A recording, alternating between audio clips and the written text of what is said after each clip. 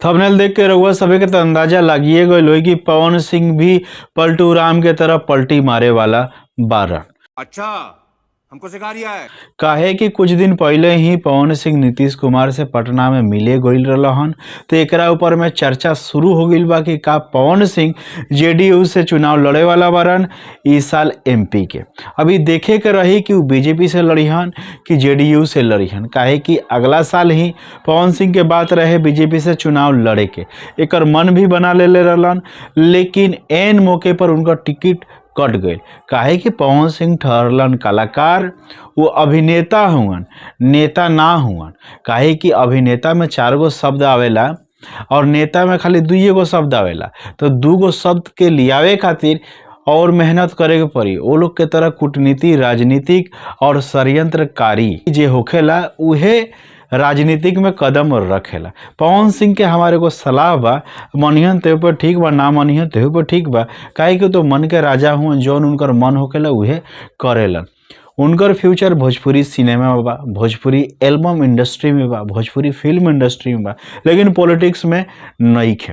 काहे कि जे भी पॉलिटिक्स ज्वाइन कैलस वो मनोज तिवारी होखो या निरहुआ होखो या रवि किशन होखो, वो लोग के कैरियर बिल्कुल जो फिल्मी कैरियर बा वो समाप्त हो गई। तार अगर मान लो फिल्मी कैरियर समाप्त हो गई बा तब पॉलिटिक्स में ज्वाइन कर। एक नेता से ज़्यादा तू अभिनेता के तौर पे फेमस बारा, पूरा बिहार, यूपी और जहाँ भोजपुरी सुनल जाएला वहाँ तक।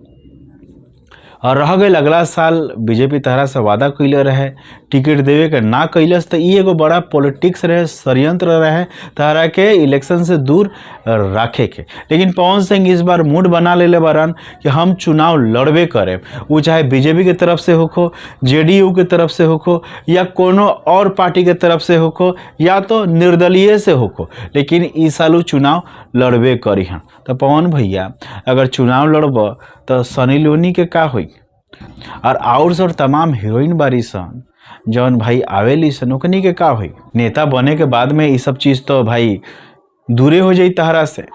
तो हमारा हिसाब से जौन भोजपुरी जौन श्रोता बरसन, जौन भोजपुरी दर्शक बरसन, ओगनी के मन में ये होई कि पवन सिंह अभी भोजपुरी इंडस्ट्री में रहस, पॉलिटिक्स ना ज्वाइन करस। काहे कि तहार आवाज़ में वो जादू बा जौन भोजपुरी के कोनो सिंगर में नहीं खे। गाना सुने के ना मिली, यही से इंडस्ट्री में ही रहा, पॉलिटिक्स के अलविदा कर दा।